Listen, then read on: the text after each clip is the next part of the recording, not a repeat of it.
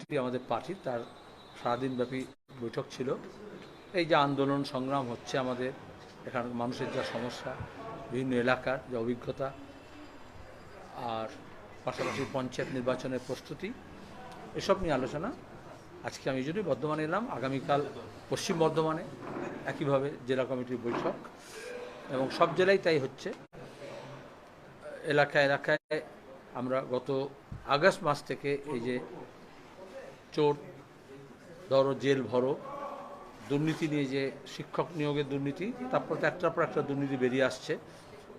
হেন জায়গা নেই যেখানে দুর্নীতি নেই তৃণমূলের আমলে।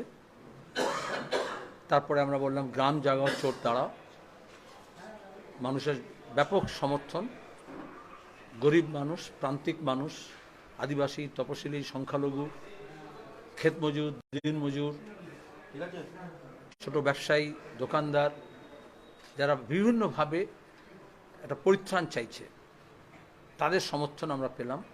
আমাদের যে গণসংগ্রহ, জনসংযোগের যে ডাক, তারও আমরা পর্যালোচনা করলাম এই সময়ের মধ্যে, এবং উৎসাহ ব্যঞ্জক রিপোর্ট। তারই পাশাপাশি আমাদের সাংগঠনিক প্রস্তুতি, যাতে যে নতুন অংশ যারা আসছে তাদেরকে আমাদের আন্দোলন সংগ্রামে যেমন আমাদের সামিল করা, সংগঠনে সামিল করা, তেমনি পঞ্চায়েত নির্বাচনের প্রস্তুতি একেবারে এলাকা ধরে আমরা সেগুলো পর্যালোচনা করেছি। এবং নতুন অংশের মানুষ, তাদেরকে আমরা স্বাগত জানাচ্ছি। তারা যারা অতীতে মনে করেছিলেন যে তৃণমূলের কাছ থেকে কিছুটা পাবো, যারা মনে করেছিলেন নবান্নের থেকে অতিষ্ঠ হয়ে যে 56 বোধহয় কিছু করবে, কাউকে গত বছরের শেষের দিকে বোঝানো হলো 56 নয় তো 356 হবে, কিন্তু সবাই যাতে যে হতাশ যাতে না হয়, বাংলার ভবিষ্যৎ, বাংলার মানুষ ঐক্যবদ্ধভাবে জাত পাত ধর্ম বর্ণ নির্বিশেষে ঐক্যবদ্ধভাবে করবে, সেই প্রস্তুতি গোটা রাজ্য জুড়ে চলছে। এর পাশাপাশি দুর্নীতি এমন জায়গায় পৌঁছেছে যেখানে আমাদের যে প্রাকৃতিক সম্পদ, জমি, খনি, নদী, চর, পাহাড়, জঙ্গল, কিচ্ছু বাদ দিচ্ছে না। গোটা দেশে পরিবেশ আইনকে এমনভাবে পাল্টেছে মোদী সরকার, আর আমাদের রাজ্যে এই লুটেরারা উভয় ক্ষেত্রেই যাদের কাছে ইল গটেন মানি আছে, সেই চিটফান্ড থেকে শুরু হয়েছিল, তারপরে দুর্নীতির টাকা হোক, শেয়ার বাজারকে আদানির মতো লোকজন ট্যাম্পার করেই হোক, যে টাকা পেয়েছে সেই টাকাকে ওরা আমাদের ভবিষ্যৎটাকে মর্টগেজ করতে সেই টাকা নিয়ে, যার ফলে যেখানেই কোনো প্রাকৃতিক সম্পদ আছে সেইটাকে তারা কেন্দ্র এবং রাজ্য সরকারের মারফত সেগুলোকে হস্তগত করছে। আমাদের রাষ্ট্রায়ত্ত শিল্প, আমাদের ট্রেন, আমাদের রেল, আমাদের রেল স্টেশন, আমাদের এয়ারলাইন্স, আমাদের এয়ারপোর্ট যেমন নিয়েছে, তেমনি এখন যা কিছু উৎপাদনের হাতিয়ার আজকের এবং ভবিষ্যৎ হতে পারে, যা কিছু ফুয়েলের রিসোর্স হতে পারে, জ্বালানির, সেগুলো সমস্ত যা কিছু ফসলের রিসোর্স হতে পারে, সেই সবটাকেই তারা, এটাকে বলে ব্যাকওয়ার্ড লিঙ্কেজ। সুতরাং আজকে শুধু উৎপাদন নয়, এমনিতে উৎপাদন শিল্প মার খাচ্ছে, ম্যানুফ্যাকচারিংটা মার খাচ্ছে, বেকার ছেলেমেয়েরা কাজ পাচ্ছে না, কাজ হারাচ্ছে লোকে, আর এরা এই টাকা দিয়ে ফিউচারকে মর্টগেজ করে রাখার চেষ্টা করছে, যাতে ভবিষ্যতে কেউ যদি কোনো শিল্প গড়তে চায়, কোনো কারখানা গড়তে চায়, কোনো উৎপাদন করতে চায়, তাহলে এদের ওপর নির্ভরশীল হতে হবে, কারণ রিসোর্সেসটা এদের হাতে। এবং তৃণমূল কংগ্রেস যেটা করেছে, মোদির তো নয় আদানি আছে, এরকম আরও অনেকে আছে, তৃণমূল কংগ্রেস নিজে সরাসরি মমতা ব্যানার্জির বাড়ির লোকজন, এই যে বরশুলে আমাদের শক্তিগড়ে সদর, তোমাদের বর্ধমান সদর ব্লকে, দামোদরে নদীর তীরে লোকে, বন্যাক্লিষ্ট মানুষ, তারা বালি সরিয়ে, জঙ্গল সরিয়ে যেখানে চাষবাস করছে, বসবাস করছে 70 বছর ধরে, যার 50 বছর ধরে ঘর বাড়ি আছে, হঠাৎ করে কার্তিক ব্যানার্জির মনে হলো কোনো একটা কোম্পানিকে নিয়ে এসে সেই জমিতে কিনবো। সেই 2 বিঘা জমি রবীন্দ্রনাথের আমরা শুনেছিলাম না? আর বাবু যতক্ষণ পারিষদগণ বলে তার শতগুণ, তবে বিডিও, বিএলআরও, সরকারি অফিসার, পুলিশ সব নেমে বললো। আমি কুর্নিশ জানাবো কৃষক সভার নেতৃত্বে, আমাদের পার্টির নেতৃত্বে, ওখানকার লাল ঝান্ডা নিয়ে ওখানকার মানুষ তারা লড়াই করেছেন এবং পেছিয়েছে কিছুটা। কিন্তু এর তো ছলের অভাব নেই। কালীঘাট থেকে শুরু করে গোটা রাজ্যে তাদের জমিদারি তারা বিস্তার করছে, লিপস অ্যান্ড বাউন্সে তারা বাড়তে চায় এবং সমস্ত কিছু গ্রাস করবে। মমতার এই সর্বগ্রাসী যে নীতি বা দুর্নীতি, তার বিরুদ্ধে যে লড়াই চলছে, বর্ধমান জেলাতেও তাই। যেমন বীরভূমে দৌচাপাচামি লোকেরা লড়ছে, আমরা সেদিন গেছিলাম বোলপুরে। এরকম আমরা জমি যেগুলো আমাদের সময় অধিগ্রহণ করা হয়েছিল শিল্প হবে, শিল্প তালুক হবে, এই পানাগড়ে আমরা দেখলাম, এখানেও লড়াই হচ্ছে। সেখানে একটাও নতুন কোনো বিনিয়োগ হচ্ছে না, শিল্প গড়া হচ্ছে না। আর তৃণমূলের ঘনিষ্ঠ লোকজনকে দিয়ে হয় রিয়েল এস্টেট করবে, নাহলে হোটেল করবে, নাহলে বার করবে, আর তা না হলে জমিটা ফেলে রেখে দেবে, কিন্তু হস্তান্তর করবে। এটার বিরুদ্ধে আমাদের লড়াই। আজকে ডুয়ার্সের জঙ্গলের জমি হোক, সুন্দরবনের জমি হোক, যেগুলো ইকোলজিক্যালি খুব ফ্রেজাইল এলাকা, সেখানে যেগুলো নদীর এলাকা, যেগুলো চরের এলাকা, যেগুলো পাহাড়ের এলাকা, জঙ্গল এলাকা, সেগুলোকে ওরা গ্রাস করতে চাইছে। তার বিরুদ্ধে লড়াই হবে। দুর্নীতি বিরোধী যে লড়াই, তার একটা বড় অংশ হচ্ছে মানুষের জমি এবং বাসস্থানকে রক্ষা করা। পাতা থেকে শাখা পোশাকা এই যে দুর্নীতি, এটাকে মাথায় রেখে কি লিপস অ্যান্ড বাউন্সের নামকরণ করা হয়েছে বলে মনে হচ্ছে? না, লিপস অ্যান্ড বাউন্স হচ্ছে তো লাফিয়ে লাফিয়ে পারে, যেমন নেতা লাফিয়ে লাফিয়ে হয়, রাতারাতি হলো। এবং প্রফিট যেরকম, আদানির যেরকম, এই দুটো কোম্পানিতে একমাত্র দেখা গেল, অবশ্য এটা ছোটো, আদানিটা বড়, যে পৃথিবীর মধ্যে ইতিহাস করলো যে কত কম সময়ের মধ্যে কত বেশি লাফিয়ে মুনাফা বাড়ে, কোনো অপারেশন ছাড়া। অরুণ জেটলি যখন অর্থমন্ত্রী ছিল, আমি পার্লামেন্টে দাঁড়িয়ে ডকুমেন্টস দিয়ে বলেছিলাম, গৌতম দেব 9 বছর আগে বলেছিলেন এই কোম্পানির নাম দিয়ে, কোনো অপারেশন করছে না, ডাইরেক্টর বোর্ডে সব অভিষেক ব্যানার্জি আর তার বাপ মা বউ, আর সেখানে দাঁড়িয়ে দেখা যাচ্ছে, মানে এই প্রথম পৃথিবীর ইতিহাসে এরকম হয়েছে যে ঘুষের টাকা সরাসরি সেখানে জমা হয়েছে। অরুণ জেটলি বললো আমরা তদন্ত করব, সেল কোম্পানি বললো কলকাতায় সবচেয়ে বেশি সেল কোম্পানি আছে, কিন্তু এই বিজেপি এত অপদার্থ এবং এমন মোহন ভাগবতের মারফত এমন ষাটগাঁট হচ্ছে আরএসএস মারফত বিজেপি আর তৃণমূলের, যে তারা একটাও তদন্ত করলো না। নারদা সারদা শুধু নয়, তার লিপস অ্যান্ড বাউন্স তদন্ত করলো না কেন?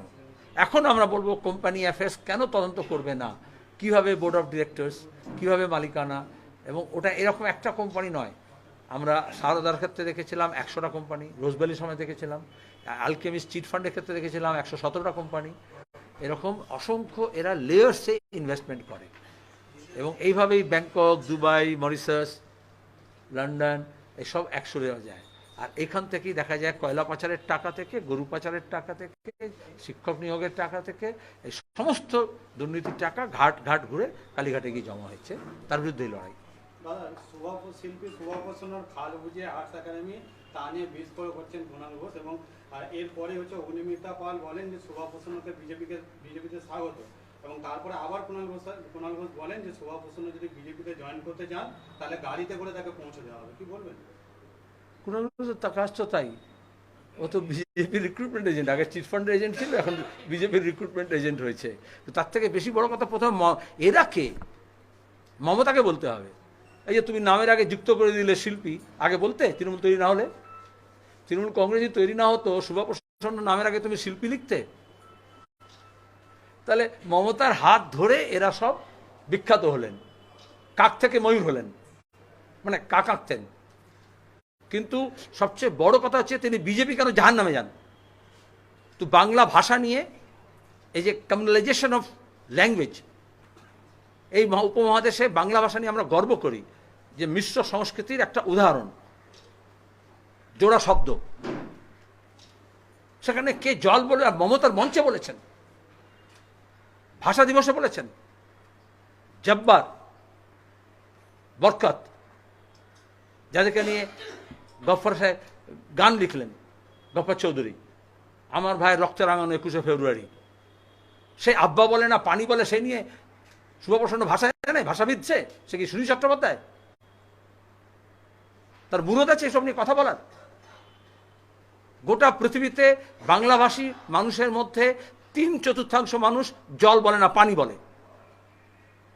এই অহমিকা কেন হবে যে কলকাতা বিশ্ববিদ্যালয় আর নাহলে কালীঘাট থেকে ঠিক করে দেবে কোন কি ভাষা হবে?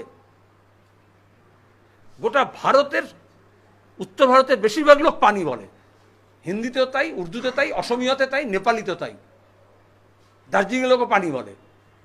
আর সে বুঝিয়ে দিল, মমতা বুঝিয়ে দিল ওটা বাংলাদেশের ভাষা। এটাই হচ্ছে আরএসএস এর রাজনীতি, তৃণমূলের মঞ্চে করা হচ্ছে, সরকারের মঞ্চে করা হচ্ছে। সে কোথায় যাবে সেটা আমার কাছে বড় কথা নয়। আমাদের এটা উত্তর ভারতে ইতিমধ্যে আগে হয়ে গিয়েছে। যখন মমতা ব্যানার্জি রেলমন্ত্রী ছিলেন, বিজেপি যখন প্রথম সরকার ছিল, আমি পার্লামেন্টে বলেছিলাম, তখন আমি ভাবিও নি যে পশ্চিমবঙ্গে এটা হবে। উত্তর রেলে হঠাৎ দেখলাম স্টেশনগুলোতে লিখছে, যেখানে হিন্দিতে লেখা ছিল দেবনাগরী অক্ষরে পিনে কা পানি, ওটাকে মুছে লিখছিল পেয়জল। আনলাম মানে বাঙালি বুঝে যাবে এটা পানি, এখানে জল পাওয়া যায়। কিন্তু হিন্দিভাষী উর্দুভাষীরা, উত্তর ভারতের লোকরা বুঝবে না, জল না খেয়ে মরে যাবে, যে ওটা বুঝতে পারবে না যে পেয়জল ওখানে আছে। এটাকে বলে কমিউনালাইজেশন অফ ল্যাঙ্গুয়েজ। এটা ইংরেজ শুরু করেছিল, তার বিরুদ্ধে আমাদের নবজাগরণ, তার মধ্যে আমরা এই মিশ্র সংস্কৃতির কথা বলেছি। আর বাংলায় আমরা, উনি বলে দিলেন কোনটা দেশি কোনটা বিদেশি, তাহলে বাজার কি? বাজারটা তুর্কি শব্দ, তাহলে বাঙালি ব্যবহার করবে না? আমরা হাটও ব্যবহার করি, বাজারও ব্যবহার করি, আমরা সড়কও বলি, পথও বলি, আমরা শাকও বলি, সবজিও বলি, আমরা তরিও বলি, তরকারিও বলি। এটাই হচ্ছে ওরা আমাদের মানে ঘুষ নিয়ে, টাকা নিয়ে লুট করেছে, আর তার বিনিময়ে আমাদের সংস্কৃতিকে নষ্ট করছে, এবং এইভাবে সাম্প্রদায়িক রাজনীতিকে উস্কে দিচ্ছে।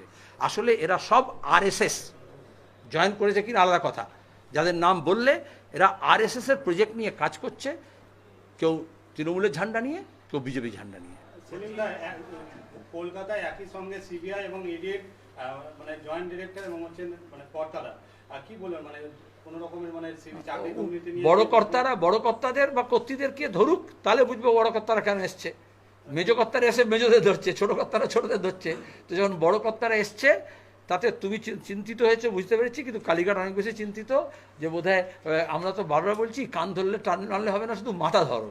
তো যখন ইডি সিবিআইয়ের মাথার এসছে, আমাদের দাবি দুর্নীতির মাথাগুলোকে ধরো। রাজ্যের শিক্ষক দুর্নীতিতে কালীঘাটে কাকুর নাম উঠে আসছে, কি বলবে? কালীঘাটের পিসির নাম কবে আসবে বলো তো? কাকুর যখন এসছে পিসির নাম আসবে। কাকু, তার থেকে ভাইপো, আর ভাইপোর যেমন কাকা হয় সেরকম পিসি হয়। বলছি, শিক্ষক দুর্নীতি মামলা এবার নতুন নাম হচ্ছে হৈমন্তী গাঙ্গুলি। গতকাল হচ্ছে কুন্তল ঘোষ, যে তৃণমূল নেতা গ্রেফতার হয়েছেন, তিনি হৈমন্তী গাঙ্গুলির নাম বলছে। আমার দুঃখ লাগে তৃণমূলের উপরে নয়, পশ্চিমবঙ্গের সংবাদ মাধ্যমের ওপরে। এগুলো তো কাগজগুলো আগে বার করতে পারত। সংবাদ মানে কি? আমরা খবর টাকা দিয়ে খবরের কাগজ কিনছি, টেলিভিশন দেখছি, চ্যানেল দেখছি, সেখানে নিউজগুলোকে তো বার করবে তোমরা। কিন্তু মমতা ব্যানার্জি এমন করে দিয়েছিল যে চিট ফান্ড থেকে আরম্ভ করে কোনো চোরের খবর কেউ কিছু লিখবে না। তারপরে যখন কোর্ট আঘাত করবে, ইডি সিবিআই বলবে, সিপিআইএম বলবে, গণশক্তি বলবে, তার 8 বছর 10 বছর পরে তোমরা প্রশ্ন করবে। সে প্রশ্ন কোনো মানে নেই। একটু গণশক্তি পড়ো, 3-4 মাস আগে থেকেই তার খবরগুলো নামগুলো পেতে পারতে। দাদা, কয়লা তদন্ত এবারে সিবিআই এবং হচ্ছে লালা ঘনিষ্ঠ একজনকে জিজ্ঞাসাবাদের জন্য সিবিআই আধিকারিকরা পৌঁছেছেন, কি বলবেন? লালা হোক, খালা হোক, কাকু হোক, পিসি হোক, আর এরা কারা? এদের টাকা কোথায় গেছে? অভিষেক ব্যানার্জি, তার বউ, তার শালি, তাদের টাকা, তাদের অ্যাকাউন্ট ইডি জানে না? আমার কাছেও তথ্য আছে, ইডির কাছেও তথ্য আছে। কোন দিন কোন ব্যাংকে কয়লা পাচারের টাকা বাঁকুড়া থেকে, আসানসোল থেকে, রানীগঞ্জ থেকে, পুরুলিয়া থেকে, কার মারফত অভিষেক ব্যানার্জি এবং তার পরিবারের লোকেদের অ্যাকাউন্টে গিয়েছে।